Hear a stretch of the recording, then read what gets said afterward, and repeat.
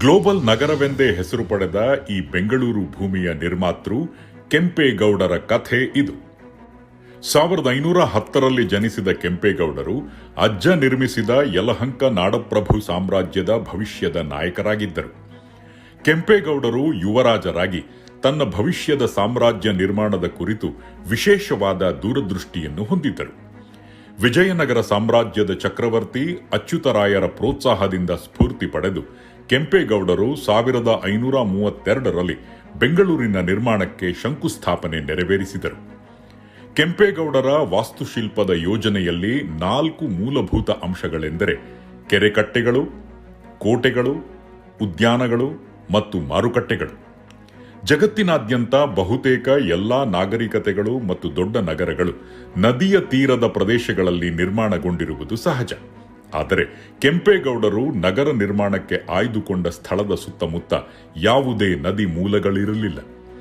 ಆದ ಕಾರಣ ನಗರದ ಸುತ್ತಮುತ್ತ ಕೆರೆಕಟ್ಟೆಗಳನ್ನು ನಿರ್ಮಿಸಿ ಅವುಗಳ ಸಂಪೂರ್ಣ ಸಾಮರ್ಥ್ಯವನ್ನು ಹೆಚ್ಚಿಸಿ ಅವುಗಳ ಆಧಾರದ ಮೇಲೆ ನಿರ್ಮಿಸಿದ ದೇಶದ ಏಕೈಕ ಸುಸ್ಥಿರ ನಗರ ಬೆಂಗಳೂರು.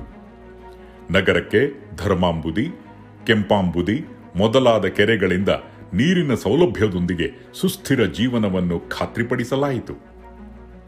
ನಗರದ ಅಭಿವೃದ್ಧಿಗಾಗಿ ಕೆಂಪೇಗೌಡರು ಅನುಸರಿಸಿದ ಅತ್ಯುತ್ತಮ ವೈಶಿಷ್ಟ್ಯವೆಂದರೆ ಬೀದಿ ಮತ್ತು ಪೇಟೆಗಳು. ಪ್ರತಿಯೊಂದು ಸಮುದಾಯವನ್ನು ಜನರು ಮಾಡುವ ವೃತ್ತಿ ಮತ್ತು ವ್ಯಾಪಾರದ ಪ್ರಕಾರ ವಿಂಗಡಿಸಲಾಯಿತು. ಅಂದರೆ ನಗರದ ಪೇಟೆ, ಬಳೆಪೇಟೆ, ಕುಂಬಾರಪೇಟೆ, ಚಿಕ್ಕಪೇಟೆ, ದೊಡ್ಡಪೇಟೆ, ಅಕ್ಕಿಪೇಟೆ ಮುಂತಾದವು.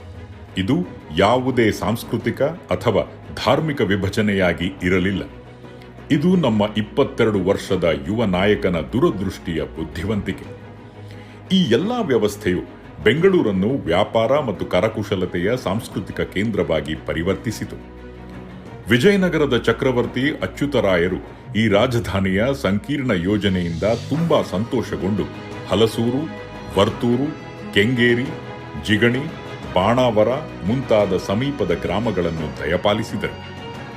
5 ಶತಮಾನಗಳ ನಂತರ ಇಂದಿಗೂ ಕೆಂಪೇಗೌಡರು ನಿರ್ಮಿಸಿದ 5 ಗೋಪುರಗಳು ಇದಕ್ಕೆ ಸಾಕ್ಷಿಯಾಗಿ ನಿಂತಿವೆ. ಅಂದಿನ ಆರೋಗ್ಯ ಗೋಪುರ ಇಂದಿನ ಲಾಲ್ಬಾಗ್ ಸಸ್ಯ ಉದ್ಯಾನವನವಾಗಿದೆ.